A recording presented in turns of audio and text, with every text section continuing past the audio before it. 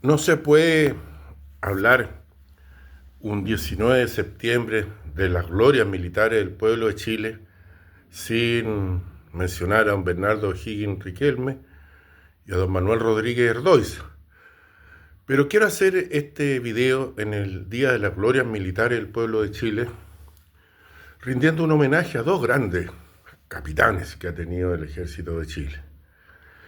Primero Lautaro, antes de que fuéramos Chile, y segundo el general Manuel Baquedano. Lautaro es un conductor militar extraordinario, extraordinario.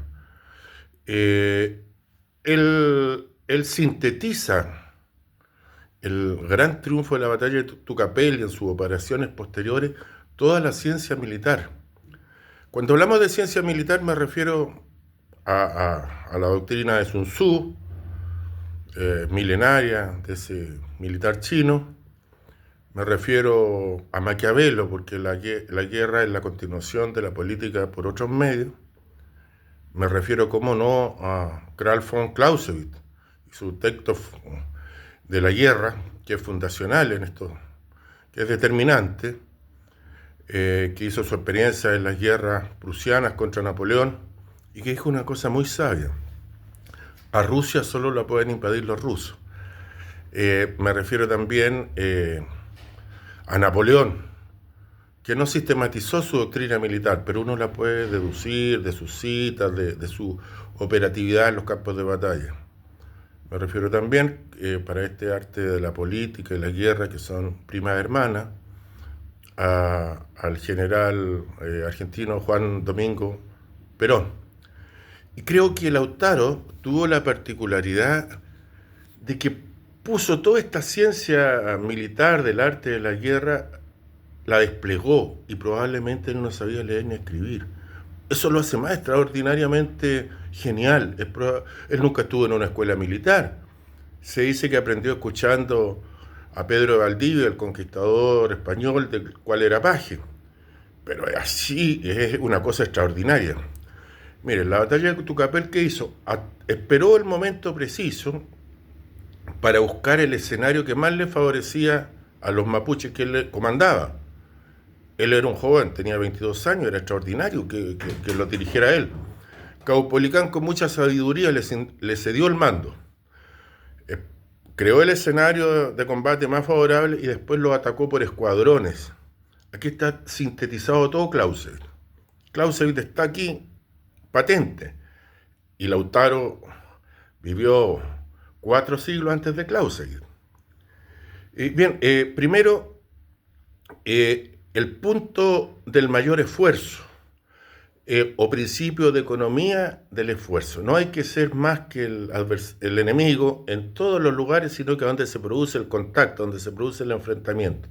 O sea, lo atacó por escalones.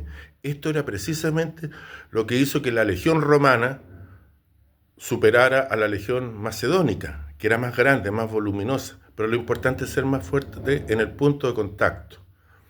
Y ahí se sitúa el esfuerzo principal. Y ahí se da la batalla decisiva. Después de ese triunfo que terminó con la muerte del conquistador Pedro de Valdivia y la derrota completa de los españoles, tuvo la visión de Clausewitz de buscar el centro gravitacional del enemigo. Se dio cuenta Lautaro que no bastaba con derrotar a una tropa, porque luego vendría otra. Había que atacar el centro gravitacional. Santiago, dijo, y si es posible, España. Ahí las fuerzas le quedaban un poco grandes a Lautaro, pero la visión estratégica era genial. Además, el ataque por escalones hacía que la superioridad táctica que tenían los españoles se erosionara, porque hombre a hombre, por la armadura de guerra, por el uso de armas de fuego, por varias razones, un español era superior a un combatiente mapuche. Entonces había que agotarlo, había que cansarlo, de tal manera de que perdiera esa superioridad táctica y se impusiera la claridad operacional del ejército mapuche. Genial, Lautaro. Veamos Baquedano, del cual se tendía una leyenda negra. Incluso algunos tontorrones ofendieron su monumento y el del soldado desconocido. Unos tontorrones acicateados por unos historiadores de folletín que andan escandalizando viejas, diciendo que nuestro héroe de la patria eran homosexuales. Los que ganan notoriedad así producen poco, pero Chile siempre ha tenido eso. En el pantano siempre ha habido de todo. Pero bien, va a quedar. Chile tuvo durante la Guerra del Pacífico 3 ejércitos. Uno en operaciones en el norte, otro en el centro, frente a la posibilidad de una guerra con Argentina, y otro en operaciones en la Araucanía. No olvidemos que el último gran alzamiento de Mapuche se logró aplastar, se firmó la paz en Temuco en 1881. O sea, Chile estuvo a punto de tener una guerra en 3 frentes. Bien, tuvo 3 comandantes en jefe. Primero el general Arteaga, que estaba muy viejo para dirigir unas operaciones en el norte. Después éramos Escala, que lo hizo bien, pero Escala no tenía muy claro la importancia en una fuerza militar de la verticalidad del mando. Se relacionaba directamente con las tropas, desautorizaba a sus oficiales, su estado mayor estaba hecho una olla de rumores, se llevaba mal con las autoridades civiles. Y ahí se puso en su reemplazo, porque cuando él renunció pensó que le iban a rechazar su renuncia, y no. Y bueno, ahí se nombró a Baquedano. Baquedano puso orden en el Estado Mayor, tuvo una buena relación con los civiles, con José Francisco Vergara, al que le quitó cazurramente su importancia en el mando militar y lo dejó a cargo de la caballería, pero la caballería no podía actuar sin orden específica de él, o sea, le quitó el mando sin que se diera cuenta el vehemente y fogoso José Francisco Vergara, que tiene una historia curiosa. Cuando su hijo quiere entrar al ejército, él le dice, no, que eso es para los tontos, que no entre ahí. No. Hay una carta ahí famosa de José Francisco Vergara a su hijo, y su hijo no le hizo caso y llegó a ser comandante en jefe del ejército chileno, por no hacerle caso al papá. Bien, Baquedano se dice que era limitado porque decía, hay que atacar en todo el frente y de frente pelea el win. Pero eso tenía una razón importante. Miren, cuando el ejército chileno en la batalla de Tarapacá, cuando ya creíamos derrotado al ejército aliado, trató de hacer operaciones envolventes con varias columnas, unas subiendo, otras bajando, eso resultó un desastre, porque nosotros teníamos un ejército de soldados muy valientes, bien apertrechados, pero no teníamos la instrucción que nos permitiera desplegar operaciones complejas. Sin embargo, y ahí terminamos con un empate sangriento. Los bolivianos y peruanos dicen que ganaron, yo creo que no, que eso fue un empate sangriento. Pero en la batalla de Tacna, del campo de la Alianza, cuando ya está Baquedano dirigiendo, se ataca en toda la línea, pero hay un punto del mayor esfuerzo. El lado derecho nuestro y el lado izquierdo Perú-boliviano, que al final lo tratan de salvar los valientes soldados bolivianos del Regimiento Colorado, y no logran. Nuestro esfuerzo principal los liquidó, o sea, no era fuerte y derecho, como dicen algunos, la táctica de Baquedano. Bien, Baquedano hizo lo mismo en la batalla de Chorrillo, la primera batalla, puso el esfuerzo principal al mando de Patricio Lynch por el lado izquierdo, nuestro por el lado derecho, el Morro Solar de la defensa peruana. O sea, y fue incorporando fuerzas, situó allí el punto del mayor esfuerzo. O sea, no es lo que dicen esto, los que siembran leyenda negra sobre nuestra historia. Además, era un hombre de pocas palabras, pero necesita ser un gran discursiador un general. No lo necesita. Por el contrario, el lenguaje militar necesita ser corto, preciso y claramente entendible. Mire, después que se ganó la batalla del campo de la Alianza, Tacna le decimos nosotros, el gobierno chileno dijo, mira, hay que forzar la situación para llegar a un acuerdo, un tratado de paz. Los norteamericanos en el barco La Caguana, militar de ellos, convocaron a las delegaciones chilenas, chilena, peruana y boliviana. Y las condiciones que nos ponían los vencidos eran tan gravosas a Chile que el capitán del norteamericano en La Caguana le dijo a los negociadores peruanos y bolivianos, oiga, pero si ustedes perdieron la guerra, o sea, cómo van a poner condiciones de vencedor los vencidos? Bien, pero esto lo previó Baquedano. Baquedano, luego del triunfo del campo de la Alianza, dijo, callao, callao, hay que caer sobre el Callao, ahora, rápido, inmediato. El gobierno le dio largas al asunto, se mandó la expedición Lynch a que tomaran escarmiento ahí en el norte del Perú. Gracias a eso se nos sumaron 2.500 combatientes chinos que sacamos de la esclavitud.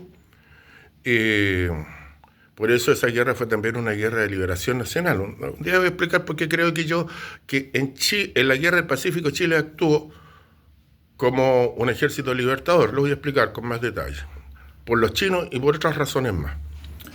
Bien, o sea, tenía visión estratégica don Manuel Baquedano, pero además tenía un claro sentido del honor y de los derechos humanos. Fíjese que cuando se produce, se derrota la primera línea de defensa de Chorrillo, que era donde estaba el ejército profesional, estaban las principales fuerzas ahí, y se toma el Morro Solar.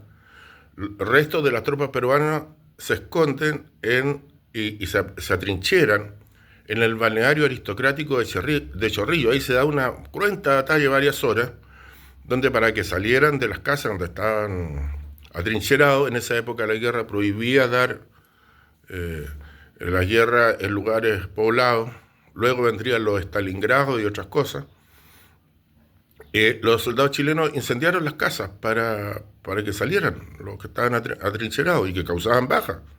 Si la guerra no es una disputa de palabras, aquí muere gente, que han lisiado. Bien, después de tomado ya el aristocrático balneario Chorrillo, la fuerza chilena encontraron que habían botellas de alcohol, que había comida, y empezaron a beber, y eso produjo el descontrol en la tropa. ¿Qué hizo frente a esta situación Baquedano? No los dejó hacer, mandó la caballería. Y la caballería los sacó a sablazo a los que estaban cometiendo abuso. Y al otro día los sometió a consejo de guerra y procedió a fusilar. Hay decenas de soldados ahí que no obedecieron orden, que estaban cometiendo abuso, que fueron fusilados. Ese es un ejército que tiene honor, que tiene sentido de los derechos humanos. Digamos que Baquedano, por último, hay una cosa que se sabe poco. Él murió soltero, era bien mujeriego, sí, hay una larga fama. Le gustaba ir con su ayudante ahí a lo que es hoy día La Vega, y ahí tenía su historia, don Manuel. Y dejó en su testamento una disposición en favor de Ramón Allende Padín, que es el abuelo de Salvador Allende. Y dice el hombre más noble que he conocido. ¿Por qué? Porque en la batalla del campo de la Alianza, cuando ya el ejército aliado es destruido, los restos empiezan a huir, empezó el repaso, o sea, a matar los soldados que están heridos, que lo había iniciado en Pisagua el ejército boliviano y peruano. Ellos partieron con el repaso, después ese negocio les resultó muy malo. Pero ahí se metió, solo en medio de una tropa enfurecida, Ramón Allende Padín, y impidió que continuara el repaso. Después, don Ramón Allende Padín, que era un médico, igual que su nieto, instaló 3 hospitales en Tacna, uno para peruanos, otro para bolivianos y otro para chilenos. Y los chilenos que andaban dándose vuelta ahí tenían odio, habían muerto sus amigos, sus compañeros, sus vecinos, sus parientes. Ahí hubo un oficial enterrado por 2 de sus hijos. Entonces corrían riesgo los bolivianos que estaban en su hospital. Y Ramón Allende Padín convenció a Baquedano, y Baquedano accedió, y fueron liberados esos 600 que eran prisioneros, y se fueron en una caravana de la tristeza, pues iban heridos en sus carretas, que lo relata muy bien el historiador boliviano Roberto Querejazú en su libro La guerra del guano y el salitre, que vale la pena leer, es una mirada muy objetiva la de ese historiador boliviano.